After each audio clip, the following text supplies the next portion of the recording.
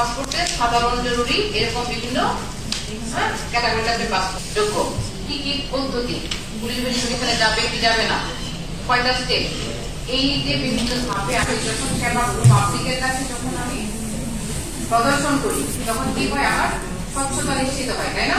এখানে সব সরকারি দপ্তরের ক্ষেত্রে সেটা প্রযোজ্য। জানে যে আমাদের 11% আপনাকে বেশি দিয়েছে। এটা কেন সম্ভব হয়েছে? 11% সেটা কিভাবে জানে? আমরা ওই জায়গাটায় নিয়ে যাওয়ার চেষ্টা করি।